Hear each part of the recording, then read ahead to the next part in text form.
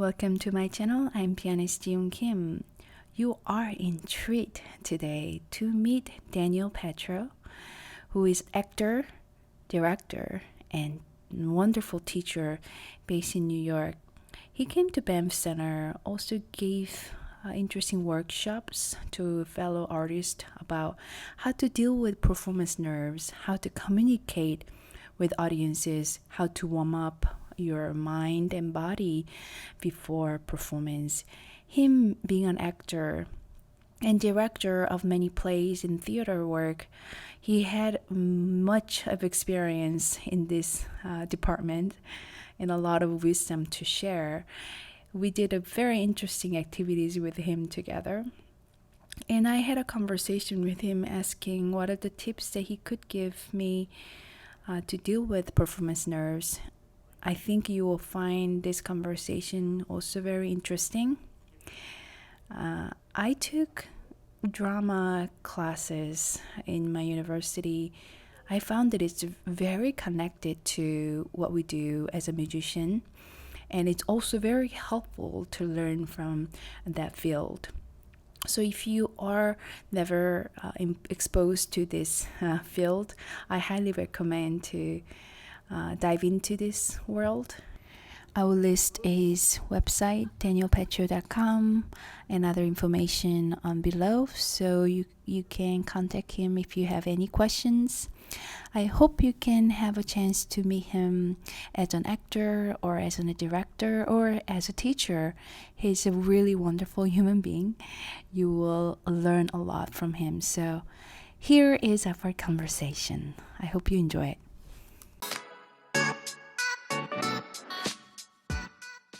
My first question will be what is, a lot of musicians and people struggle with performance nerves. Yeah. How can they get better? What is it? What are the things they can do to get better about performance nerves? I mean, what I did with you in the workshop is really, I find the most effective is physical work. Doing some sort of physical practice is a really good way to deal with nerves. And a lot of people do something, different type of warm-ups. Like everything I did with you the other day, warming up physically, that puts you into a very present place mentally and also physically. And not just one. So some people just do a physical thing. Some people just do a way of talking to themselves. Those can be effective for sure, but something that actually electrifies both of those tends to be really useful. But at the workshop, though, you did a lot of interactive you and us. Yeah. How can you do alone in your green room? Yeah, that's a good question. So it's certain physical activities. I'll show you one here too with the wall that you can do where you're doing something where even though you're not interacting with another partner, let's say, the attention is still outside yourself. So it's like pushing against the wall really hard and breathing, but you are exerting force as you press against the wall. And that's going to make you feel grounded when you come off. I'll show you this exercise. A physical warm-up alone can still, if it's the right warm-up that really, if you're not doing it mechanically, it will take you outside your head. It's like if you ever go running or if you ever go dancing, you get outside your head once you start the action of that physical activity. So the question, the answer is finding the right physical activity for you. Like what's an activity that gets you out of your head, which might be different than for me or for that performer over there. Does that make sense? So let's make a list. What are things in life? Just in life that you can control for real. I'm saying for real. What can you control? And it can be something really small, something really silly, something really big. What's something like what I eat? Okay, like what we can control. This is a big one. My intentions. This is huge. Like we can control what we intend to do. Yeah. I have an intention to cheer you up.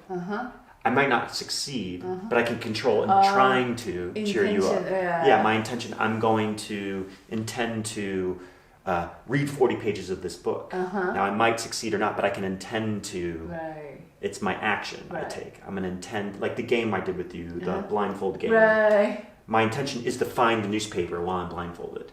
I might not make it, but my intention is to go after it. Right. So we can control what our intentions are, but we might not control the outcome. Yeah.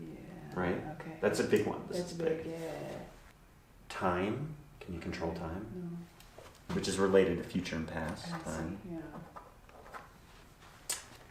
For real, like no BS. Things you really can control in life. Things you really can't control. It's good to, in your sketchbook or notebook, to make a list for yourself and be really honest. For real, what can I really control? What can't I control? Write it down and look at it. So this is really interesting. So most nerves, most anxiety, and most stage fright happens when people put their attention on something they can't control. When your attention goes to things you can't control, that tends to create nerves and anxiety and stage fright. So I'll work with people and they're nervous and I say, why are you nervous? And they'll say, oh, well, the artistic director's here tonight. I'm like, why are you nervous about that? Because I don't know, I want them to like my performance. I'm like, well, where is that? Can you control whether what they feel or whether they like us or not? No. Or like I'm afraid of this really challenging passage in the music. I'm going to make a mistake. Well, guess what? You're thinking about the future. You're thinking of something in the future, and you're thinking about maybe there's an accident in the future. So this is a very important performance philosophy that doesn't get taught a lot, and it's so simple. It's almost super simple. You're like, oh yeah, I didn't even see that. Where if you put your attention on things you can't control, it'll create nerves. And this is saying only put your attention on things you can control. And everything else, start to let it go. And if you can do that, and if you can cultivate the habit to do that, you will be a happier performer, and also you'll be just happier in life. So why, for one instant, would you even ever worry about something you can't control? I'm only going to put my attention on things I can control. So if you feel nervous before a performance, the steps are, number one, and this is just a mental technique. It's a way of identifying things, and then it's a way of how you talk to yourself. The first thing to do if you ever feel nervous is to admit you're nervous. Accept it. I'm nervous.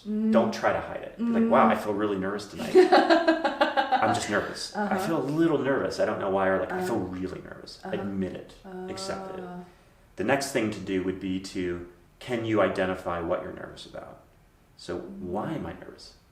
Oh, my parents are here tonight. Or I really want that person to like my performance. If you can identify it, then the next thing is it something you can control or can't control? If it's something you can't control, it's a way, just talk to yourself and tell yourself, I'm going to let that go. I'm going to let it go. Whether you say it in your head or you say it out loud, like a little meditation, like, I'm just going to let it go. It's an exercise. I'll let that go. And then the next step is put your attention on something you can control at that moment. So if you're feeling nervous about that, what can I do? I can put my attention, how I warm up. In this moment, well, rather than put my mind on something I totally have no control over, which is going to create more anxiety, more nerves, I'm going to do 10 jumping jacks. I'm going to do this warm-up exercise where I move my body and stretch it out, or expand, contract my body, press against the wall. Or if since we can't control the future or the past, what we can control is putting our attention, my intention, to pay attention to the present moment. You mentioned about the comparison. Yeah. Can you elaborate that? Being in the present, listeners are not comparing so and so or the best performance to this performance, and this is the only thing you can create in the very moment. Oh yeah, okay. Yeah. So this is a very, very useful performance philosophy, because the more you practice it and the more you make this a habit, you have to create this habit. And it might not work the first few times you do it. It might be really effective, but I can tell you from doing this for years now, I get nervous so much less, and I have more, I'm so much more comfortable with being uncomfortable at times. So the other night, even with Pedja, he was like, can you read these 2 poems? It was like hours before the performance. So I was like, I'm getting nervous, and I'm like, because I can't control time. And I didn't have time to practice it. But what can I control in the moment?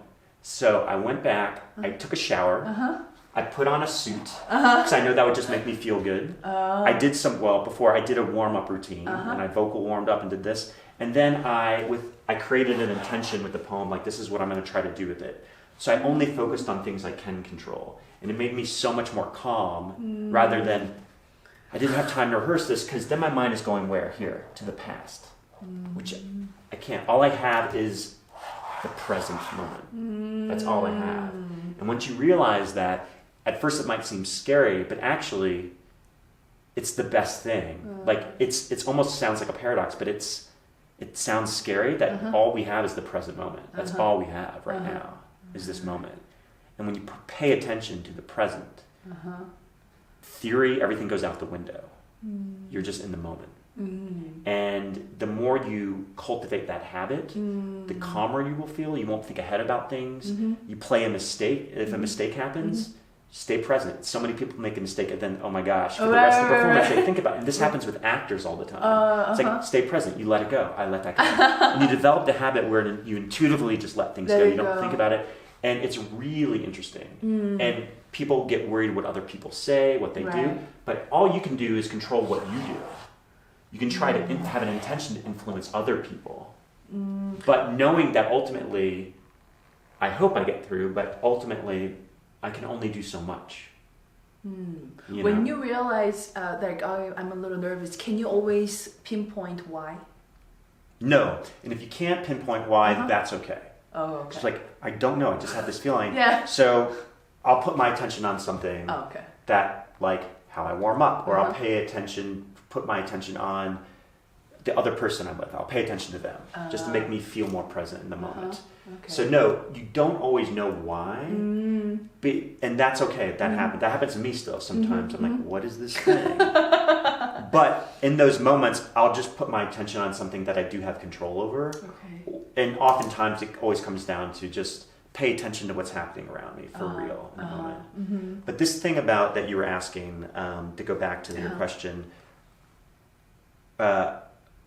people come to a live performance to see that performer play at that moment in time. They don't come to see a recording. Do you know what I mean? They come to see you play now. And they want you to be now here in the room playing. Right. And music is not the score. Right. Music is the act of playing. It's an active thing. It's a verb. So music is the act of playing. And whenever someone's actively playing, that's what the act of music is. And live performance, if you know that as a performer, that it's the act of playing now with these people that they've come to see. They've come to see me be present with the music, with the instrument, with the audience, and to show up. You have to show up in presence. That's what we react to. And if you can create that habit too, some people, of course, in the audience might be people who are like, well, my greatest version of this song, I've heard this recording. And they might sit there in judgment, but you can't control that. Don't even worry. Why for 1 second the rest of your life would you ever worry about what those people think? It doesn't matter what you do.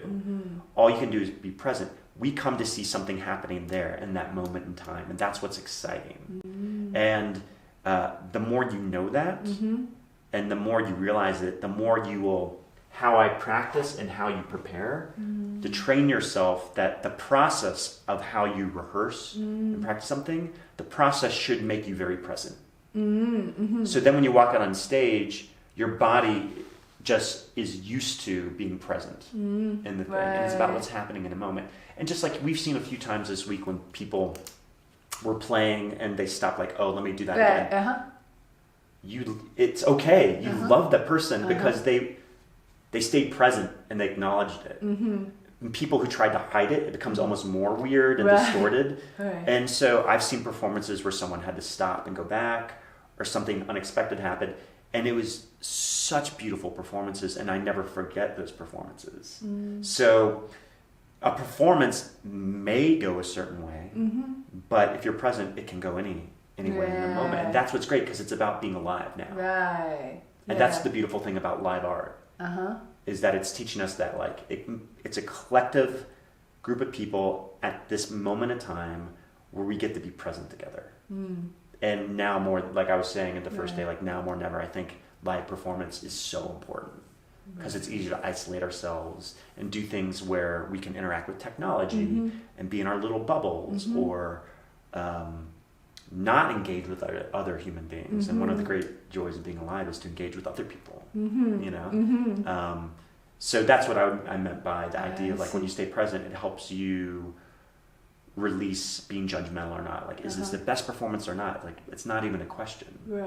All you can do, your only job is to be brave and authentic. You know? So over the years, did you develop your own routine to get prepared for your own show? Is that, or that also changes? Now, the way I work, I have things that are very, very useful, that are consistent. But every show requires something slightly different. And you just have to be really aware and like, what does this one need? I don't know yet. But the process will tell you what you need. You know, if you stay aware to that. And like I have a serious yoga practice that I do. And I found in the last 10 years, that's been super helpful, because that's part of how I prepare. I try to do it as a daily practice. So when I perform, I make sure I do it some point during the day, but then also I do things specific for the performance, because sometimes performances require a different type of energy to me. But doing a yoga practice makes me able to access things in me. Like, it doesn't mean like I'm calm, and it just means I'm able to use myself more fully in a fuller way. What do you do when there's both sides of our evil or angel side of our own talking, right? So sometimes like, oh, why you do that? Why you get a lot of judgmental side of you when they start to talk to you right before performance or during the performance? What do you do? How do you deal with that? You know, that evil side of you talking to, or does it happen to you or not? Very, very much less now, but I would say this. I see. This really helps me, because if I hear that voice, I'm like, why is that? Why am I judging myself right now? I can only put my attention on something that is here and now. Otherwise, I know that's just a self-judgment. That's a doubt, and that's fear. But if I pay attention to something, that's the greatest chance I'm going to get out of my head.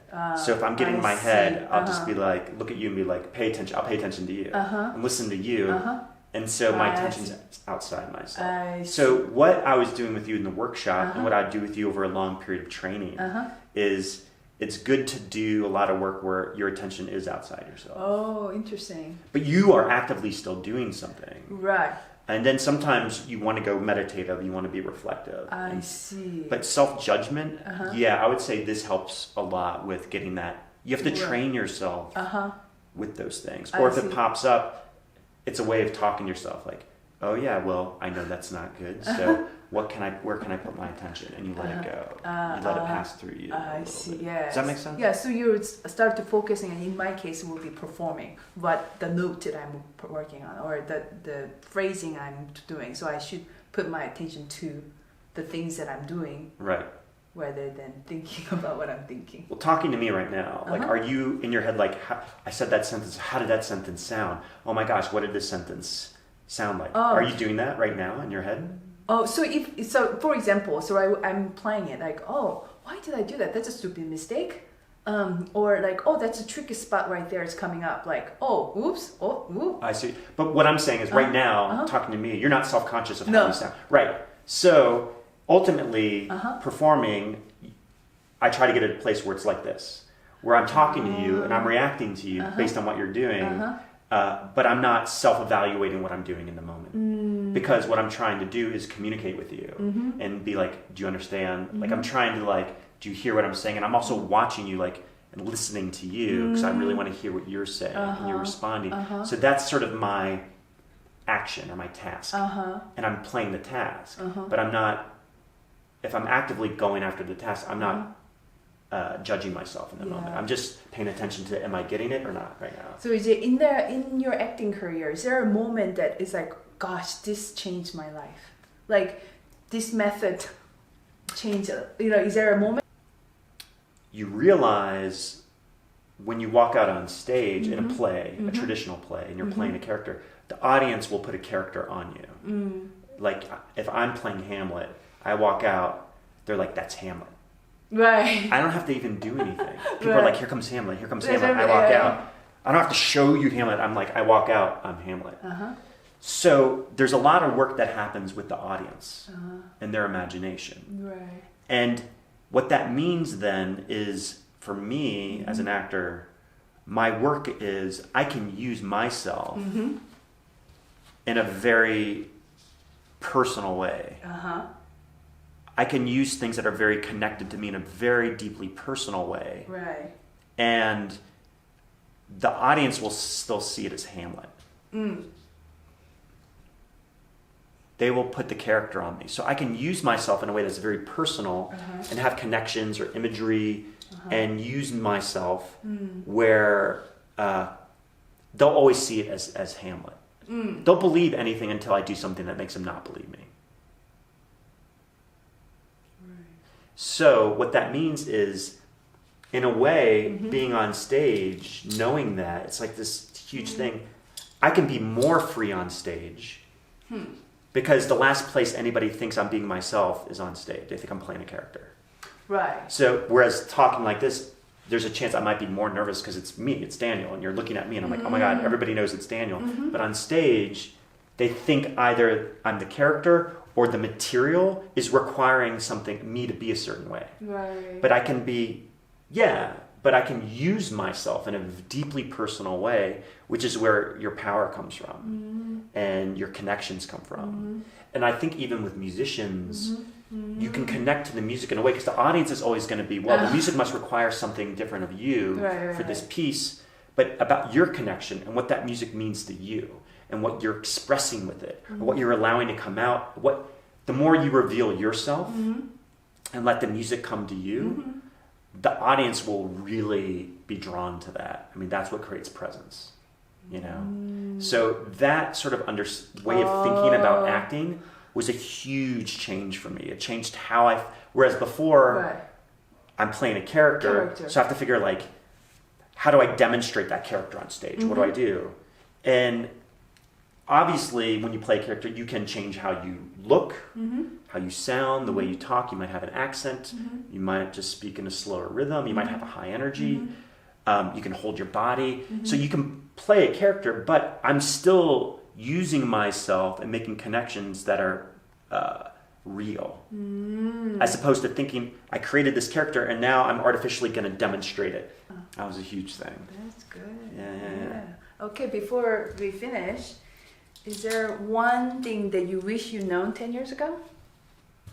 One thing that I wish I knew 10 years ago? No. No! Not at all. Oh. I think where I was at the time was where I was supposed to be. Oh, that's amazing. Yeah. Someone told me like regret is, you just need to always, not regret, but you need to always realize wherever you were at the time, you always did the best you could at that time with what you could do. And I think when I heard that from someone, it made so much sense to me. And then I let go of a lot of guilt and stuff because I was like, I was doing the best I could with what I had at the time. Even if I made a mistake or screwed up something, I was trying to do the best I could at that time. Yeah. So I don't think I wish I see. I don't know. That's the past. And like in a fantasy, that would be interesting. I mean, maybe it'd be nice to like, I wish 10 years ago, maybe I knew the secret location of like $1 billion, so then I could use that to help people in the world. Because I don't really care about being rich, but like maybe something like that. But no, I don't really, I don't. I'm enjoying the journey of like learning Being as now. I go. Yeah. Oh, that's beautiful. Hi. One of the things that I'm most commonly asked is what to do if you're nervous before a performance. So what I'm going to show you right now is one very simple exercise that you can use if you're ever feeling nervous, disconnected, or not present. So the first thing you want to do is you want to find a wall that you can press against, and I would take off your shoes. So you want to be barefoot for this exercise. And what you're going to do is you're just going to stand there with your feet under your hips, your arms at your side, and you're just going to breathe normally, and you're just going to be aware of how does your body feel connected to the ground right now. So you're going to take a few seconds just to bring an awareness of how you feel connected to the ground. And then what you're going to do is you're going to face the wall, and you're going to take a wide stance and put both palms against the wall like you're about to push as hard as you can against the wall. You're going to look at the wall, you're going to keep your shoulder blades loose, and you're going to breathe into your back very gently as you press very hard against the wall. You're going to really try to push it over. So ready? You're going to push, and you're going to push about 5 or 10 seconds, and then gently push yourself back. And you're going to do it again. Ready? Look at the wall, push, breathe. Keep your shoulder blades loose and push yourself back. And you're going to do that about 3 or 5 times. And then you're going to switch legs, the other leg in front, and you're going to press against the wall doing exactly the same thing. Press really hard and back. And then you're going to press really hard and push yourself back. And you can press as many times as you like and as long as you like. And once you've done that a few times, stand again with both feet under your hips, your arms at your side, and breathe normally. And just notice now your connection to the ground. And after doing this exercise, you should feel your feet completely grounded, almost like your toes have little talons gripping the earth. And you'll feel a lot more present, and you'll feel your present energy in this moment. That is a very simple exercise to do if you're ever feeling nervous before a performance. It'll help get the nerves out of your body and also clear your thoughts as well. I hope that helps.